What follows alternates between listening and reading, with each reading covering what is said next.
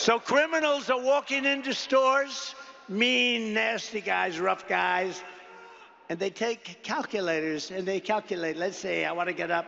They walk out, then they walk back in. The whole thing, this is who we're going to have running our country? I don't think so. And nobody lies like her. She's a liar. She makes up crap. She's the one going to raise. You know, she said, Donald Trump is going to raise. You know why? She said I was going to raise it. Because I'm going to put tariffs on other countries coming into our countries. And that has nothing to do with taxes to us. That's a tax on another country. And I did it with China, and we had no inflation. You know, I had no inflation. I took in hundreds of billions of dollars from China, and not one other president took in 10 cents. They were all, oh, China, we're afraid of China. We're afraid of China. According to a new DHS report, Kamala Harris also lost, and this is impossible to believe. Listen to this, 325,000 migrant children are gone. They're missing. She allowed them to be trafficked into our country. Many of these children are now in sex slavery or they're dead, probably mostly dead. They will never see their homes or their parents again. They were swiped out of their homes.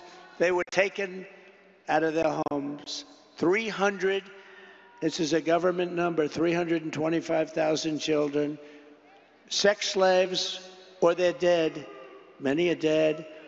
Hamas has so little respect for Kamala and Joe Biden, crooked Joe Biden, that the hostages that they're talking about all the time, I believe they're largely gone. I believe they're largely gone. So sad.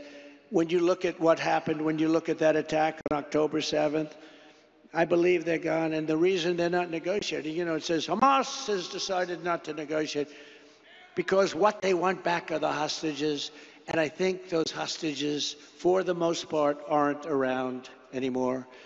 And so they said, oh boy, we can't really negotiate because we don't have the hostages. The hostages are largely gone. How sad, how terribly sad. If they feared and respected Joe Biden and Kamala, they would never have killed those hostages. They would have never attacked. They would never have attacked when I was president. Iran was broke. Iran was broke. I told China, if you spend any money on buying oil from Iran, you'll never do business in the United States again, and we're going to put a 200% tariff on you.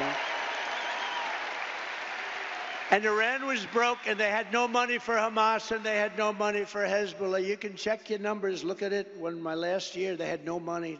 We had no terrorism. You know, for 4 years, I didn't have any terrorism. Do you notice that? None.